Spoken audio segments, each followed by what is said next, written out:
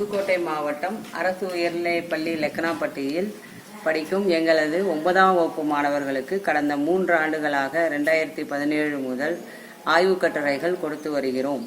என்னோட பேர் தவமணி. நான் 9ஆம் வகுப்பு படிக்கிறேன். என் ஹெச்எம் சார் எங்கள் கிளாஸ்க்கு ஒரு ஆய்வு கட்டுரை எழுத சொன்னாங்க. அதில் ஒவ்வொரு மாணவரும் ஒவ்வொரு தலைப்பு எடுத்துக்கிட்டோம். அதில் நான் அடுத்தது புதுக்கோட்டையில் புதைந்திருக்கும் வரலாறு. இதில் நான் நிறையா கோயிலை பற்றி எழுதினேன். குடிமையான்மலை கோவில், சித்தனாவாசல், கொடும்பாலூர், இந்த மாதிரி நிறைய இதை பற்றி எழுதினேன். இது ஃபர்ஸ்ட் நான் எழுதலாம் ரொம்ப எனக்கு ஆர்வமாக இருந்துச்சு. மொத்தம் நான் 100 பக்கம் எழுதினேன். நிறைய பேர்ட்ட கேட்டேன், எங்கள் அப்பாட்ட எங்கள் அக்காட்ட நிறைய பேர்ட்ட கேட்டேன். அப்புறம் நெட்லையும் போட்டு எழுதினேன். இது மூலம் எனக்கு இதை எங்கள் கிளாஸில் இருக்க எல்லாருமே எழுதணும். எல்லாருமே சூப்பராக எல்லாருமே 100 பக்கம் எழுதியிருக்கோம். இது மூலம் என் கூட படிக்கிற எல்லாருக்குமே நல்ல பயன் கிடைச்சிருக்கு. இந்த ஆய்வு கட்டுரை மற்றவங்க படிக்கையில எனக்கு ரொம்ப சந்தோஷமா இருக்கு. இதுக்கப்புறம் நான் எவ்வளவு பெரிய ஆய்வு கட்டுரை கொடுத்தாலும் எழுதிடுவேன்.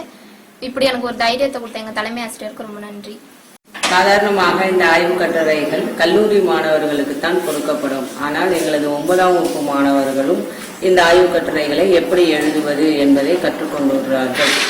அதனுடைய முகப்பு புகைப்படங்களுடன் வெளியிடப்பட்டுள்ளது. இந்த வெளியிடுவதற்காக ஒரு விழா எடுக்கப்பட்டு அன்றைய விழாவில் சிறப்பாக பெற்றோர்கள், மாணவர்கள், ஆசிரியர்கள் அனைவரும் ஒன்று கூடி இந்த ஆய்வு கட்டுரைகளை வெளியிட்டு இருக்கிறோம்.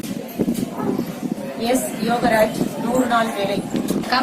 என் பெயர் பானுப்பிரியா. நான் 9ஆம் வகுப்பு படிக்கிறேன் அரசு உயர்நிலைப்பள்ளி லெக்கனாப்பட்டியில். எங்களுக்கு சாரு ஒரு செயல்பாடு கொடுத்தாங்க. ஆய்வு கட்டுரை அப்படிங்கிற ஒரு பேர்ல எங்களுக்கு எங்க ஊர்ல உள்ள கோவிலை பற்றியே எழுதிட்டு வாங்க, அதை பத்தி ஆய்வு பண்ணிட்டு வாங்க அப்படின்னு சொன்னாங்க. இதை நான் ரொம்ப கஷ்டப்பட்டெல்லாம் செய்யல. சார் சொன்னோன்னே எங்களுக்கு செய்ய ஒரு ஆர்வம் வந்துச்சு, செஞ்சோம். இது என்ன கோவில்னா என்ன, போறோம் சாமி கும்பிடுறோம் வர்றோம் இருக்கோம். இப்ப சார் சொல்லி இதை ஒரு ஆய்வு பண்ணோன்னே நிறைய விஷயம் கோவிலை பத்தி நிறைய கருத்துக்களை தெரிஞ்சுக்கிட்டோம். என் பேர் கனிமொழி. நான் 9th கிளாஸ் படிக்கிறேன். எங்க சார் ஹெச்எம் சார் ஆளுக்கு ஒரு தலைப்பு கொடுத்து ஆய்வு கட்டுரை எழுத சொன்னாங்க. அதை எல்லாரும் எழுதும். என் தலைப்பு பேரு குழந்தைகள் பள்ளிக்கு வராம இருக்கிறது காரணம் என்னன்னு, அது நிறைய காரணம் சொல்லி எழுதியிருக்கோம்.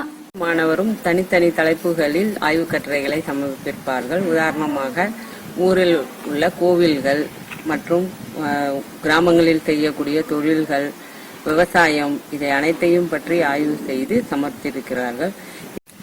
இந்த ஆய்வு கட்டுரையானது முழுக்க முழுக்க எங்கள் தலைமை ஆசிரியரின் ஊக்கத்தினால் உருவாக்கப்பட்டது. ஏனெனில் அவர் ஏற்கனவே பணியாற்றிய பள்ளியில் 2008 முதல் இந்த ஆய்வு கட்டுரையை நடைமுறைப்படுத்தி இருந்தாலும் எங்களது பள்ளியில் இதை சிறப்பான முறையில் அவர் செய்ததனால் நாங்களும் ஆசிரியர்களும் ஒரு ஊக்கத்துடன் மாணவர்களுக்கு வழிகாட்டிகளாக இருந்து இந்த கட்டுரையை மிக சிறப்பான முறையில் முடித்திருக்கிறோம்.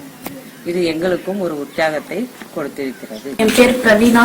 நான் எடுத்துக்கிட்ட தலைப்பு எங்க அப்பாவோட ஆசாரி தொழில். இதுல எங்க அப்பா கிட்ட கேட்டு நிறைய நான் தெரிஞ்சுக்கிட்டேன். எந்த மரத்துல செஞ்சா தரமானதா இருக்கும் அப்படின்னு நிறைய தெரிஞ்சுக்கிட்டேன். ரொம்ப மகிழ்ச்சியா இருக்கு. எனக்கு எழுதும் போது அவ்வளவு ஆர்வம் இல்லை, எனக்கு கஷ்டமா தான் இருந்துச்சு. ஆனா எழுதுனதுக்கு அப்புறம் இப்ப நிறைய இடத்துல எங்க அப்பா செய்யற தொழில படிக்கிறாங்க எனக்கு ரொம்ப மகிழ்ச்சியா இருக்கு. இத எங்களுக்கு கொடுத்த தலைமை ஆசிரியருக்கு ரொம்ப நன்றி.